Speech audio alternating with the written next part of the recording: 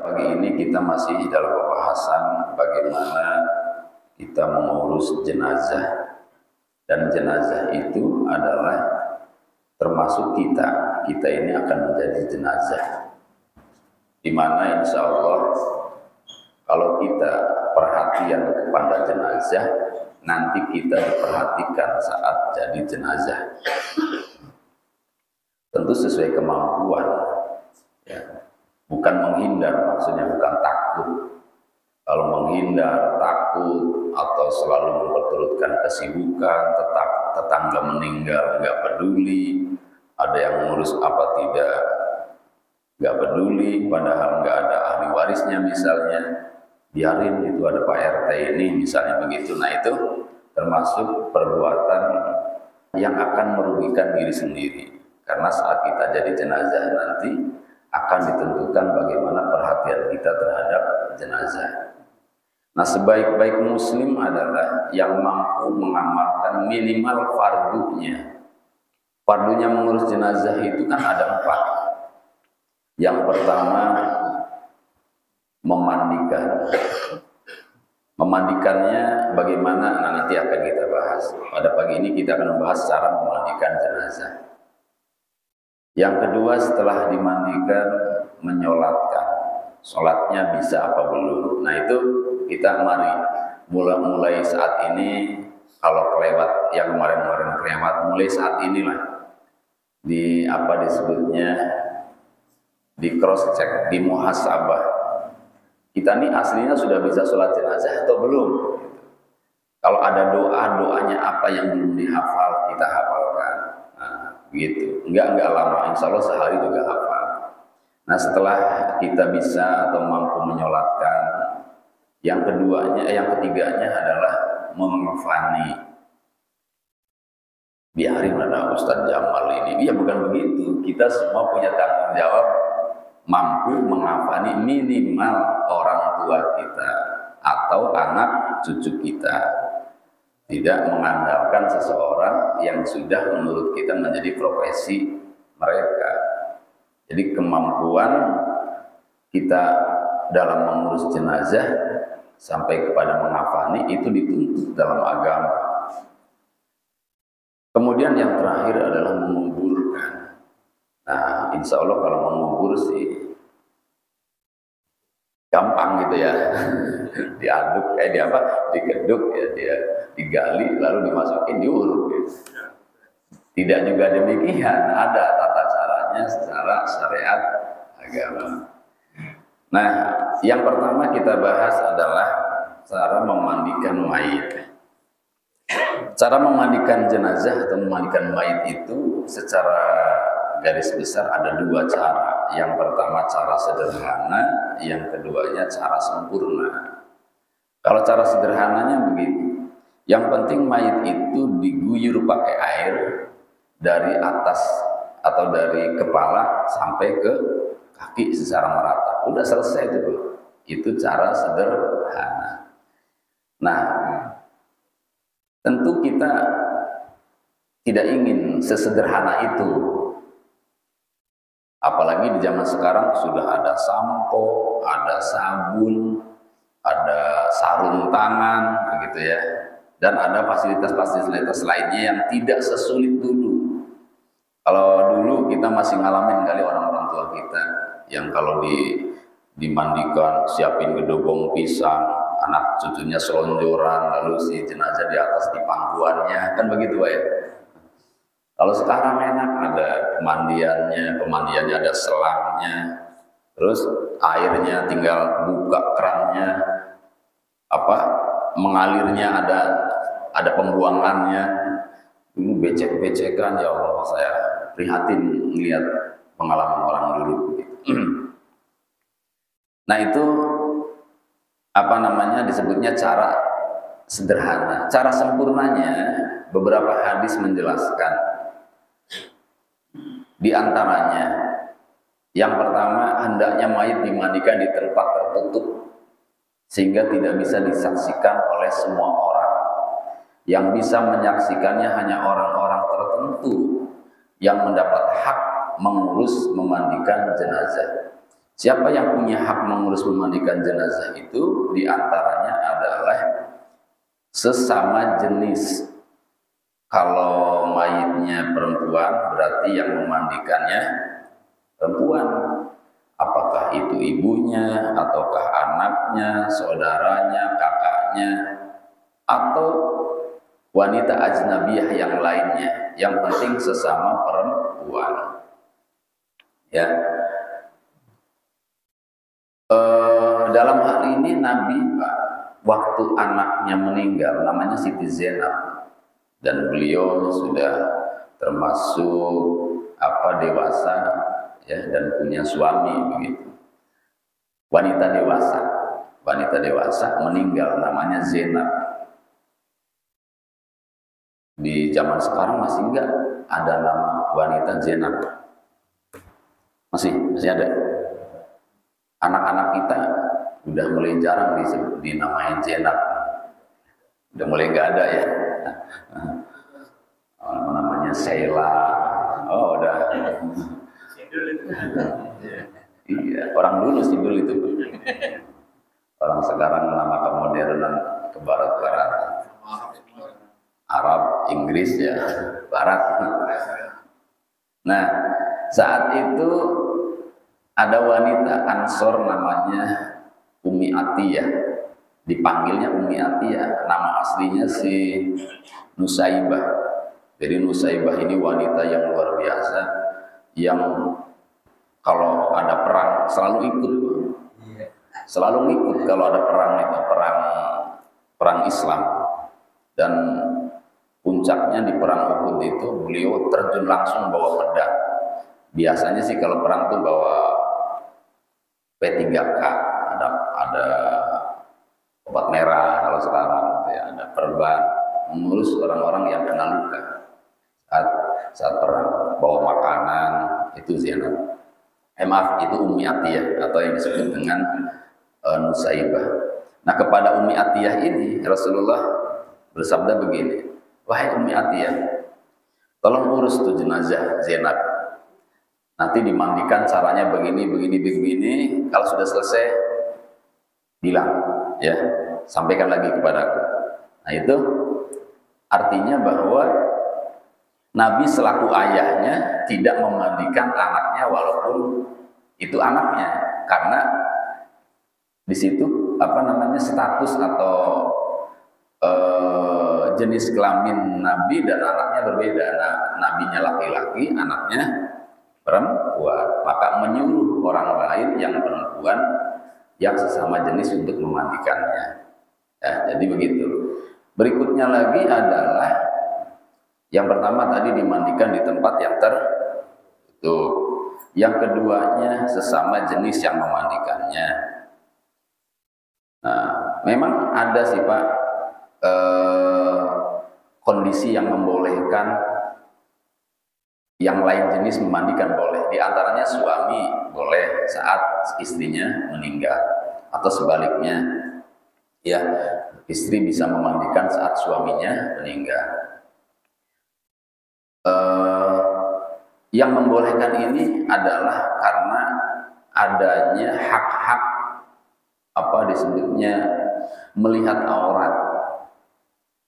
Kalau wanita itu kan auratnya dibagi menjadi 3 dalam disebutnya melihatnya begitu ya. Yang pertama, kepada laki-laki bukan mahram, aurat wanita itu seluruh tubuhnya kecuali wajah dan telapak tangan, baik di dalam sholat maupun di luar sholat. Kepada laki-laki mahram, aurat wanita itu adalah selain anggota tubuh yang diwajibkan dibasuh saat wudu. Itu aurat bagi laki-laki mahram, kakaknya, adiknya, ayahnya. Selain Selain anggota tubuh yang dibasuh saat berwudu. Yang dibasuh saat berwudu wajah, ya enggak? kepala, rambut lah, tangan, lalu kaki. Itu bukan aurat kepada laki-laki yang mahram, kepada kakaknya, kepada bapaknya. Tapi kalau sudah menyangkut masalah ini, payudara, apalagi sampai kemaluan, itu aurat juga, walaupun kepada ayahnya, kakaknya, atau kepada yang lainnya. Nah, yang ketiganya, aurat wanita itu kepada sesama jenis, yaitu seperti auratnya laki-laki kepada laki-laki lain, dari sini Pak, dari pusar sampai lutut. Jadi kalau payudara untuk sesama jenis masih dimaklum, masih tidak aurat, apalagi dalam keadaan darurat, ya, seperti mengobati, nyuntik dan lain-lain. Nah, maka saat dimandikan si wanita ini ketika menjadi jenazah, itu haknya sama saat hidup, yaitu tidak boleh dilihat auratnya.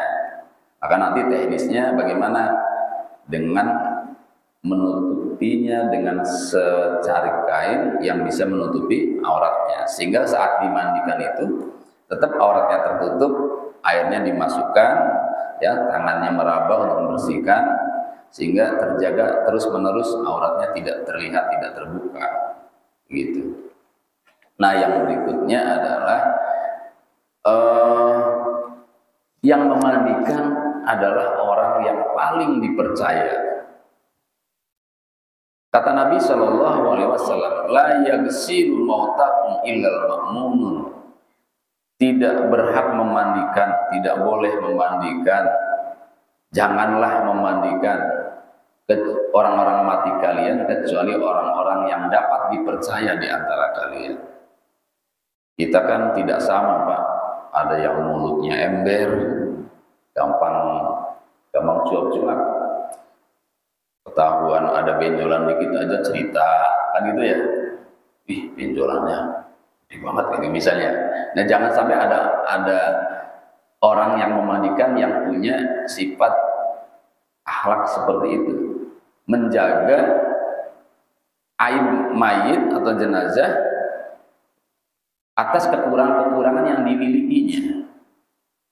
Apakah saat meninggal matanya nggak bisa ditutup, atau mulutnya nggak bisa ditutup, atau ada cacat-cacat lain, cacat fisik, ya, itu tidak berhak kita menceritakannya kepada orang lain. Ketika kita diberikan hak untuk memandikan, maka jaga aib-aib itu, karena aibnya mayit sama hak menjaganya, kewajiban menjaganya untuk tidak menceritakan aibnya ketika mereka juga hidup.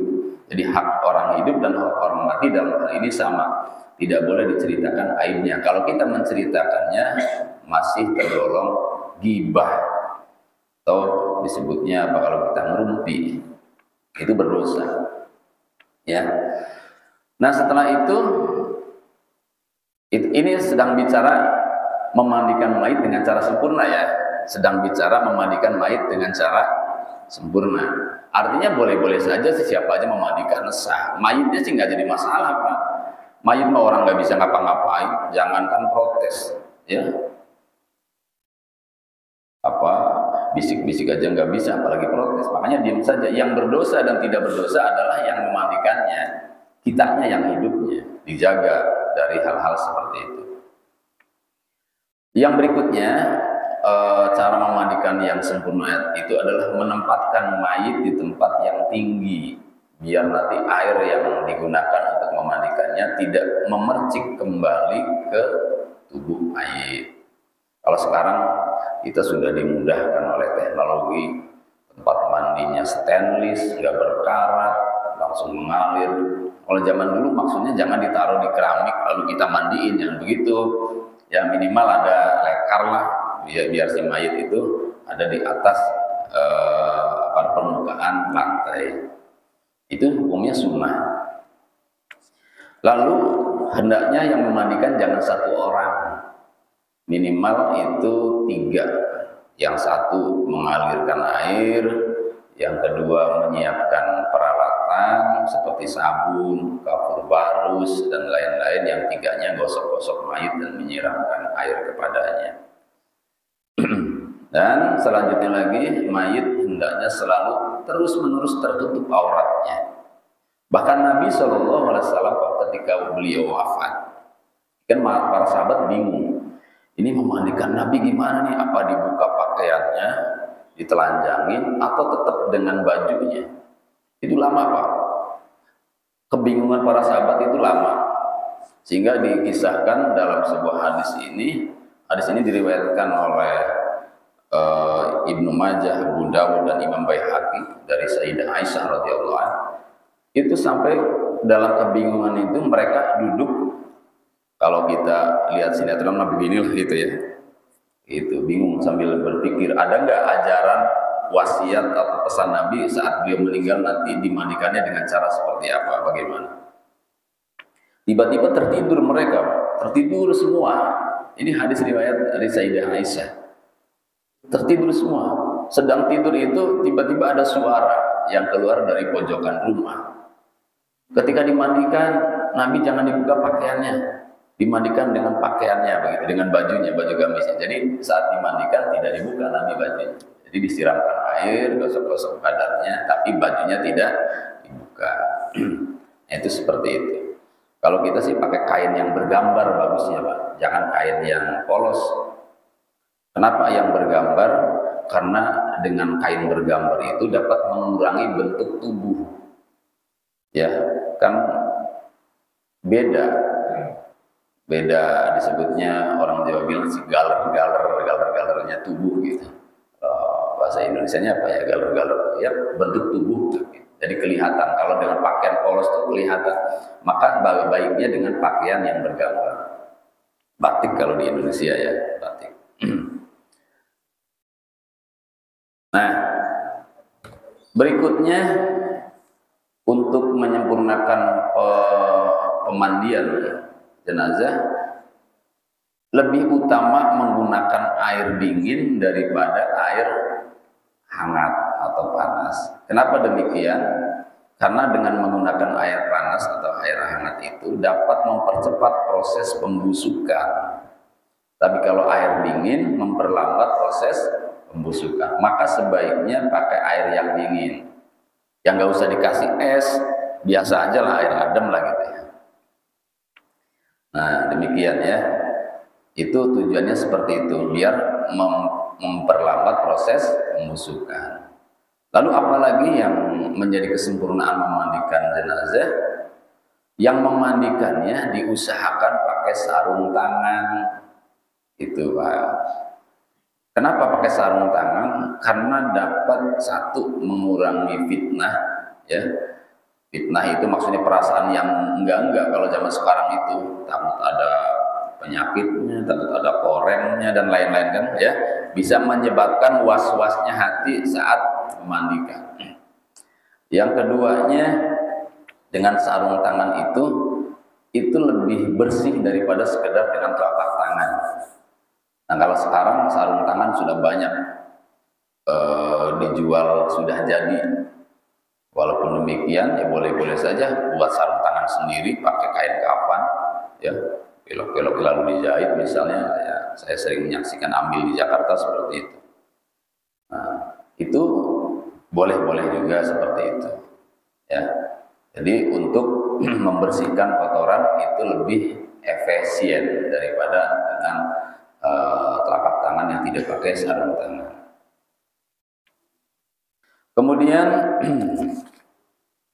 kata Nabi SAW, saat dimandikan itu sunnahnya dari sebelah depan dan belakang bagian kanan. Sebelah kanan bagian depan dan bagian belakang sebelah kanan terlebih dahulu. Saya contohkan seperti ini. Ini mayit jenazah dibagi dua, ini kanan, ini kiri. Sebelah pertama semuanya disiram. Nah, berikutnya ketika membersihkan sebelah kanan dulu, depan kanan bersih-bersih pakai sabun dulu nggak? Atau tidak juga, yang penting dibersihkan ya kan, sebelah kanan, lalu dimiringkan bagian belakang sebelah kanan. Gitu ya. Berikut nyebokinnya atau ngeramasinnya ya. Nah, kalau kepala yang nggak bisa dipisah. kanan kiri gitu ya. Yang ini maksudnya badannya. Terus kemudian setelah itu baringkan lagi, normalkan lagi sebelah kiri, kita cuci sampai kaki ke bawah, lalu sebelah belakangnya, bagian belakangnya, sebelah kirinya. Itu cara seperti itu yang dilakukan atau yang diperintahkan Nabi kepada Ummi Atiyah saat anandanya Zainab meninggal dunia. Nah kemudian apabila mayit perempuan sunnah rambutnya dikepang 3 selesai dimandikan ya, dikepang 3 nantinya kalau setelah diselesaikan. Nah memandikannya minimal Pak terbaik itu adalah 3 kali. Yang pertama dengan air normal, maksudnya normal tidak bercampur apa-apa. Setelah itu disabun ya, siram lagi itu. Setelah itu air yang bercampur kapur barus atau kamper dicampur dengan kapur barus lalu siramkan. Itu 1 kali itu namanya. Lalu pulang lagi seperti itu lagi, itu namanya 2 kali. Nah lalu begitu lagi dari awal lagi air biasa lagi sampai 3 kali. Nah seperti itu cara memandikan dengan cara yang sempurna. Ya, kalau zaman dulu Nabi menggunakan ini apa disebutnya daun bidara. Saya pernah melihat tapi udah lupa kayak apa bentuknya daun bidara itu. Jakarta udah nggak ada. Kalau di Jakarta masih ada daun saga, itu pun buat obat ya, buat batuk, sariawan. Kalau yang nggak buat obat, hampir tidak ada yang mau menanam, apalagi sekedar bidara yang tujuannya untuk jenazah. Tapi tujuan daun bidara itu memang menghilangkan lendir-lendir dan bau-bau yang gak sedap. Kalau begitu sudah tergantikan dengan sabun, jadi tidak usah pakai daun bidara, nggak apa-apa. Berikutnya lagi, boleh bagi kita, ini tidak berkaitan dengan memandikan, tapi dengan mengumumkan tentang kematian seseorang. Diperbolehkan, walaupun ada sebagian pendapat, diantaranya yang dulu sempat viral di medsos waktu masa-masa corona, kata ustadz tersebut, jangan diumumkan kalau ada yang meninggal itu bisa membuat orang yang hidupnya trauma, ketakutan. Kalau memang faktornya itu, mengumumkannya tidak utama, Pak. Kalau memang faktornya adalah mengakibatkan orang trauma mendengar kematian seseorang. Lalu tujuannya apa sebetulnya mengumumkan itu?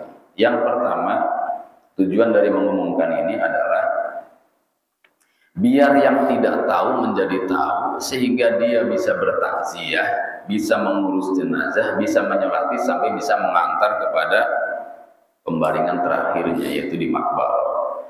Kalau tidak ada yang ngomongin, ya mana dia tahu. Nah dalam kasus ini Nabi pernah bahasa kitanya marah. Marahnya Nabi karena tidak dapat kesempatan nyolatin seseorang yang menurut Nabi layak disolatin oleh Nabi. Karena Nabi itu pernah berpesan kepada para sahabatnya, kalau ada yang meninggal di antara kalian, kasih tahu aku. Dengan sholatku nanti insya Allah dia dapat syafaat. Itu tujuan Nabi kepada umatnya karena sayangnya agar yang disolati yaitu jenazah dapat syafaat Nabi Shallallahu Alaihi Wasallam. Maka suatu ketika, ini diriwayatkan oleh Imam Bukhari dari sahabat Abi Hurairah radhiyallahu anhu. Kata sahabat Abi Hurairah, "Anna aswada rajulan aw imra'atan kana yaqumal masjid famata wa lam yu'lamin Nabi sallallahu alaihi wasallam bi mauti." Ada seorang perempuan atau laki-laki tua yang warnanya hitam, yang kulitnya hitam maksudnya, dia adalah orang yang bekerja membersihkan masjid, nyapu lah kalau sekarang, nyapu masjid. Kalau ngepel sih belum ada, Pak. Zaman dulu belum ada orang ngepel masjid. Apanya yang dipel? Orang lantainya pasir, masa pasir dipel? Ya. Jadi nyapu, bersihin masjid. Ninggal. Dan para sahabat tidak memberitahu Nabi. Ya mungkin tujuannya agar Nabi tidak direpotkan. Karena meninggalnya malam dan dikubur di malam itu juga. Segan, hormat, kasihan sama Nabi kalau malam-malam Nabi dibangunkan. Jadi niatnya baik, cuman Nabi dalam hal ini ya jangan sampai begitu, beritahu aku, kata Nabi. Lalu setelah setelah hari berlalu, fadzakarahu dzata yaumin faqala alaihi salatu wassalam ma fa'ala dzalikal insan. Ada apa kok bisa seperti itu, katanya. Ada orang meninggal nggak diberitahu saya. Lalu mereka menjawab, mata ya Rasulullah, afala adzantumuni. Iya ya Rasulullah, dia telah meninggal, tapi mohon maaf, begini-begini diceritakan. Iya, kenapa kalian tidak memberitahu aku? Paling tidak beritahulah.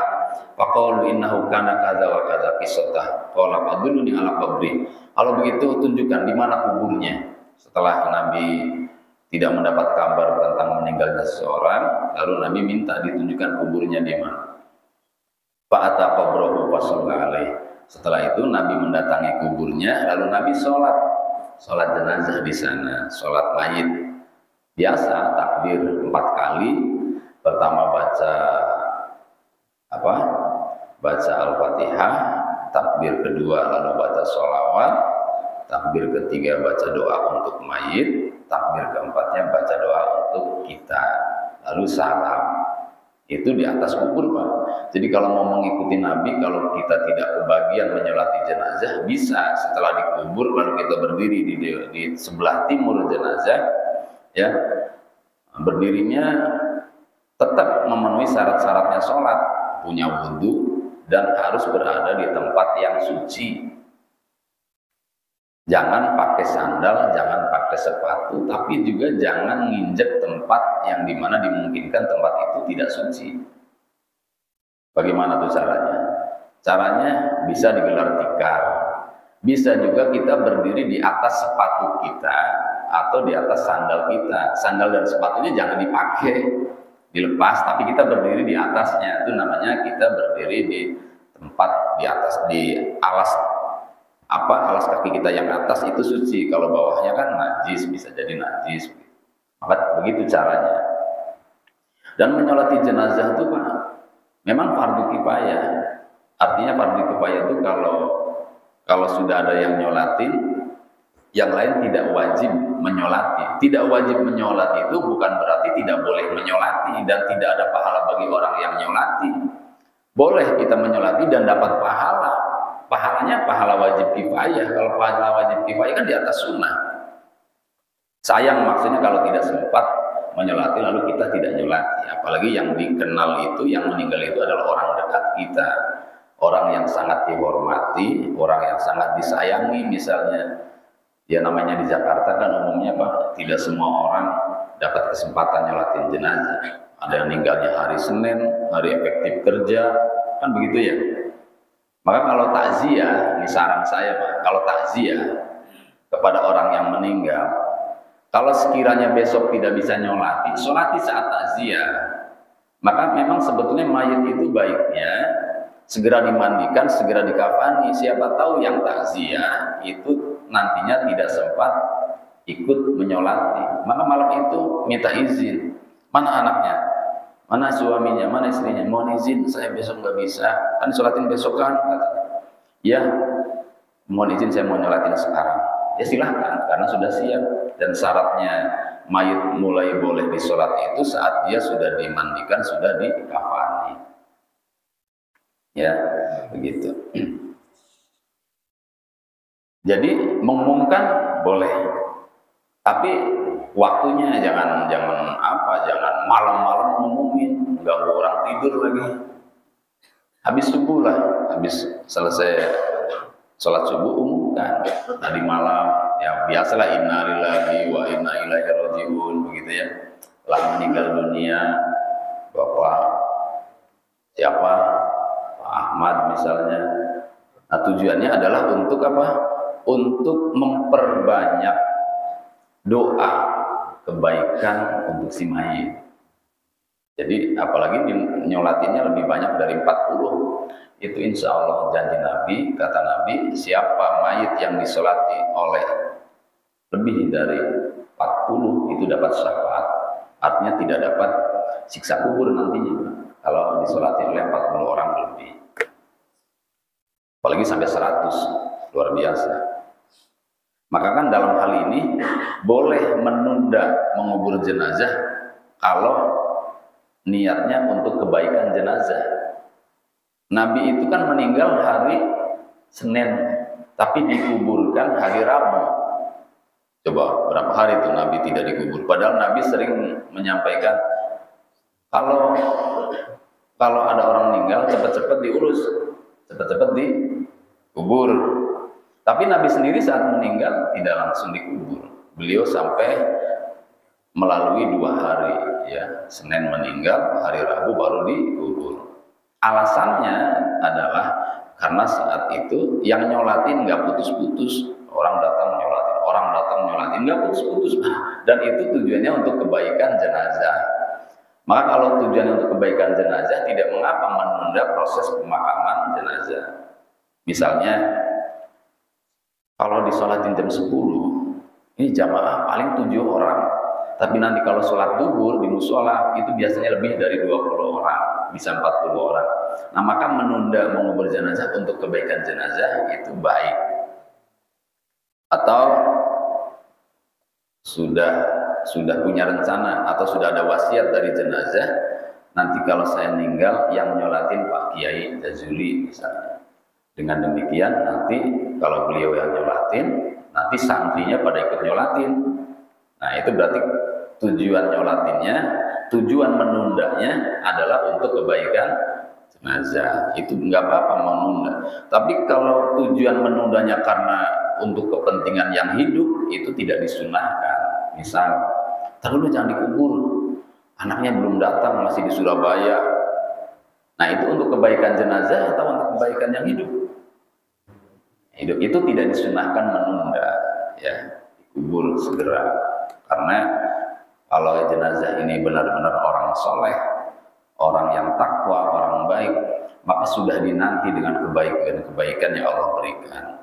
Sudah dinanti dengan bidadarinya, dengan jamuannya, dengan tempatnya, dengan hal-hal yang fasilitas-fasilitas yang membuat dia rindu ke tempat itu. Maka kalau kita tunda-tunda, berarti kita telah menghalang-halangi keinginannya untuk segera ke tempat yang diberikan oleh Allah Subhanahu wa taala. Tujuannya itu maksudnya. Kemudian jamaah sekalian rahimakumullah, apabila sudah disempurnakan pemandiannya atau sudah sempurna memandikannya, maka kemudian hendaklah dikeringkan badannya dengan semisal handuk, ya, dengan semisal handuk. Gak usah pakai hair dryer, pakai handuk aja dilap-lap agar kain kafannya tidak basah, ya. Nah, untuk pelayanan berikutnya, tadi Nabi sudah sampaikan kalau wanita dikepang 3, rambutnya dikepang 3 kalau rambutnya panjang. Lalu kalau kukunya panjang jangan dipotong. Kalau sudah terlanjur dipotong, ikutkan dengan badannya dibungkus kain kafan. Tidak perlu lipstick, ya, tidak perlu itu disebutnya nyontek budaya Nasrani. Kalau Nasrani kan kalau meninggal, dihias, bedakin, alisnya ditambah, ya, jam tangan dipakein. Yang nggak boleh tuh rokok dibawain, ada tuh videonya viral, pendetanya marah-marah karena rokoknya diikutkan, karena kata yang ahli warisnya saat hidupnya dia suka merokok. Kalau sepatu ya dipakein. Tapi ada tuh Pak menarik tuh di YouTube singkat tuh, YouTube short ya. Ada proses wanita masuk Islam. Itu kalau nggak salah di podcast deh. Si penanya ini bertanya kepada si wanita itu, yang ini apa namanya, ya Yesus katanya waktu meninggal dikafani nggak, pakai kain kafan nggak? Iya, pakai kain kafan. Lalu saat ini agama yang mengajarkan kalau mayit dikafani agama apa? Agama Islam. Islam kan berarti ikut Yesus apa ikut ini katanya yang lainnya. Yang mengharamkan babi, Yesus mengharamkan babi enggak? Iya. Saat ini agama yang mengharamkan babi agama apa? Islam. Akhirnya masuk Islam Pak dengan dalil-dalil seperti itu. Jadi kalau begitu udah, yaitu akidah mereka lah, kita tidak ikut campur ya, hanya ini sebagai pengetahuan saja. Kita tidak boleh juga disebutnya merendahkan, karena itu adalah intoleransi, maksudnya intoleransi beragama. Jadi maksudnya kalau Islam tidak perlu seperti mereka, apalagi sampai dibakar, itu namanya latihan masuk neraka. Jadi nggak usah latihan masuk neraka, dibakar kalau mesti. Kalaupun dia meninggal terbakar, jadi meninggal itu kan pada pertemuan yang lalu ada tiga syuhada, 3 jenis mati syahid. Mati syahid yang pertama adalah mati syahid dunia akhirat. Mati syahid dunia akhirat itu mati dalam peperangan membela agama Allah. Itu perlakuannya kan tidak perlu dimandikan, tidak perlu dikafani, bahkan tidak perlu disolati. Dikubur aja, berikut pakaiannya, berikut darahnya. Ya. Nah ini kalau dimandikan itu yang tidak mati syahid. Mati syahid dunia akhirat. Mati syahid dunia juga tidak. Yang dimaksud mati syahid dunia itu ketika berperang itu niatnya bukan membela agama Allah, tapi ingin sekali dimakamkan di taman makam pahlawan, atau pengen dikenang disebut sebagai pahlawan. Itu namanya nggak ikhlas. Itu mati syahid juga namanya. Syahidnya syahid dunia, ya, karena dia disebutnya tidak ikhlas ketika berperang. Diurusnya sama, tidak boleh dimandikan, dikafani dan disolatkan. Kalau syahid akhirat seperti orang mati tenggelam, kebakar, terus tertimpa longsor, melahirkan anak bagi ibu-ibu, itu sama pelayanannya, wajib diurus bagaimana mengurus mayit biasa, dari mulai dikafani, dimandikan sampai disolati, ya. Nah kemudian untuk mengafaninya kita tunda saja kali pertemuan yang akan datang. Kalau bisa sih sambil praktek, Pak. Ada nggak alat prakteknya, alat peraganya?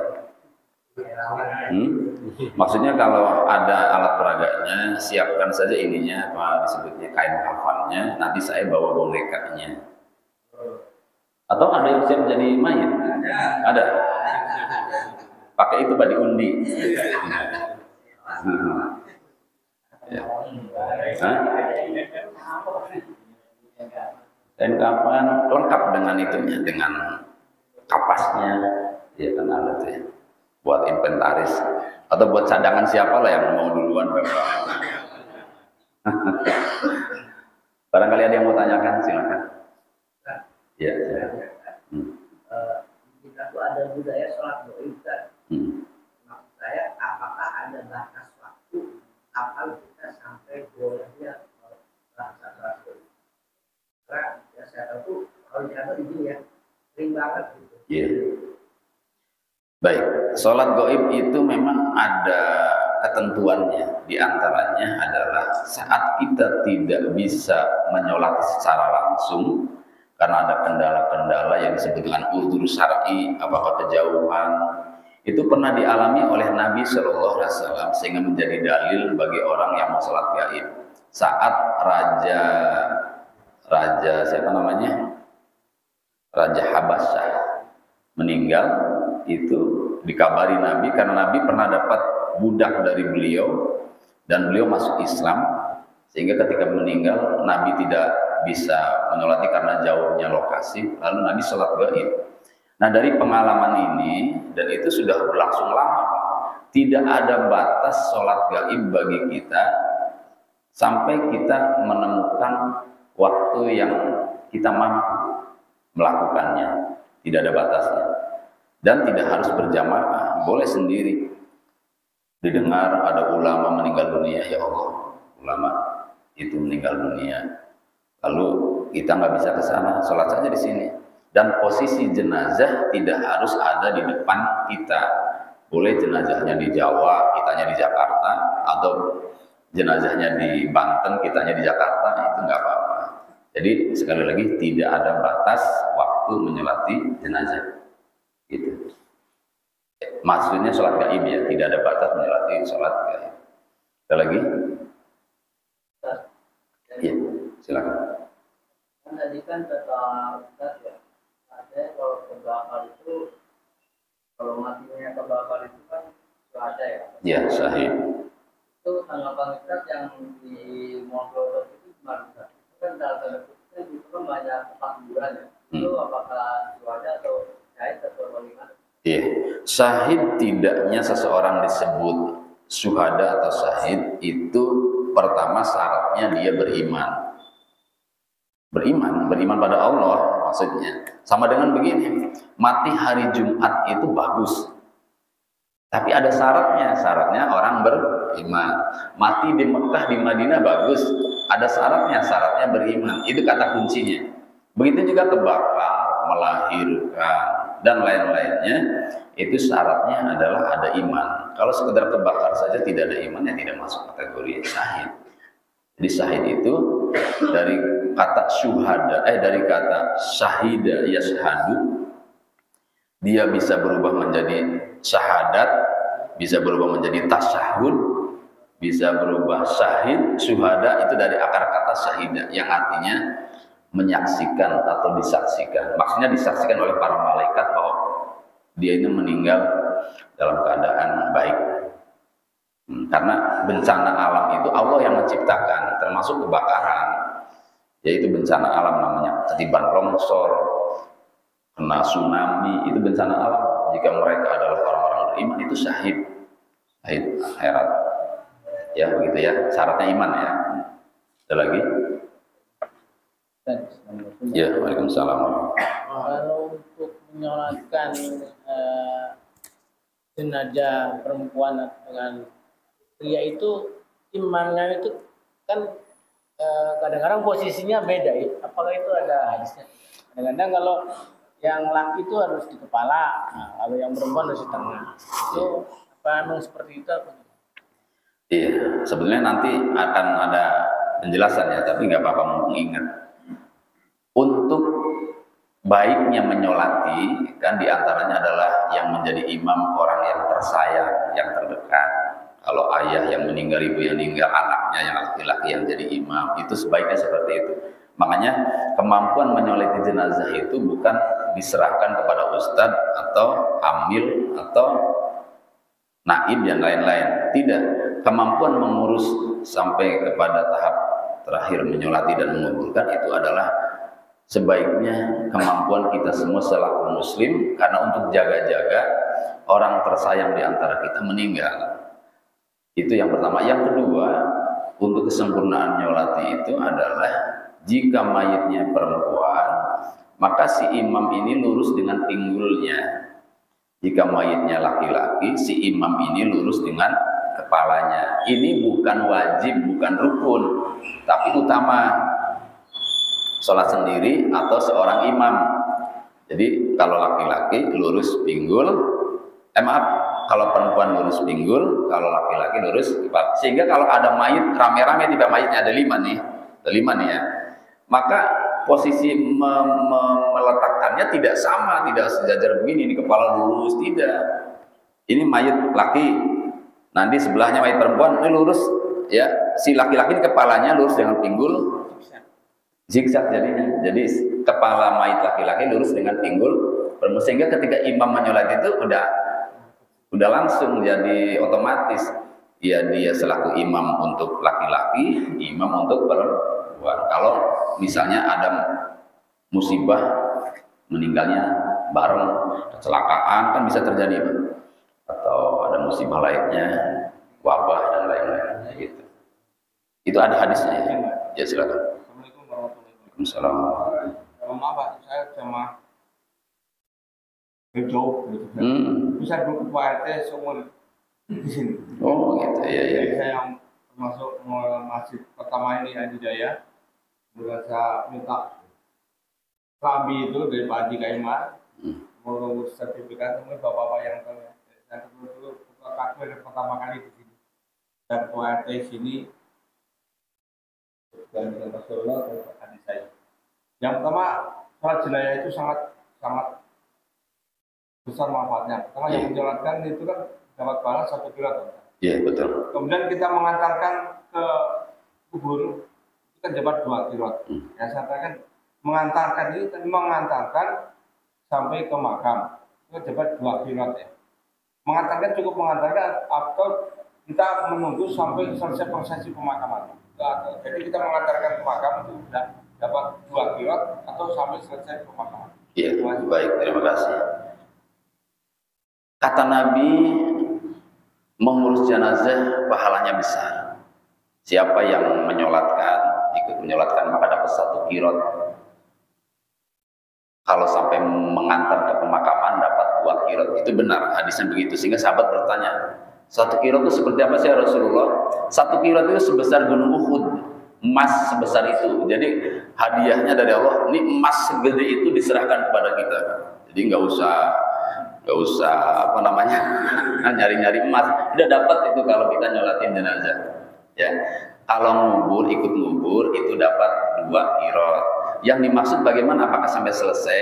Yang penting tidak akal-akalan. Usahakan sampai selesai. Kalau memang ada hajat lain, nah itu sudah dapat. Ada hajat lain tidak sampai selesai, tapi kita ngantar ke sana itu sudah dapat. Sama dengan begini, Bapak rajin taklim nih, kemudian suatu ketika nggak taklim gara-gara ada urusan urgent, itu Bapak sudah dapat nilai taklim. Itu Islam tuh enaknya begitu. Umat Nabi akhir zaman tuh enaknya begitu. Yang penting kita sudah melakukan satu kebaikan dan sudah menjadi istiqomah menancap di hati. Lalu ketika tidak bisa, itu sudah dapat. Bapak biasa rajin ngumpul sholat berjamaah, tiba-tiba sakit. Bapak rindu sholat berjamaah, sholatnya di rumah, itu Bapak sudah dapat nilai sholat berjamaah. Sama dengan begitu. Jadi tidak harus sampai selesai. Yang penting tidak akal-akalan. Biar dapat 1 kirot, yang penting hadir nanti balik lagi, nggak begitu. Itu namanya akal-akalan. Kita nggak bisa.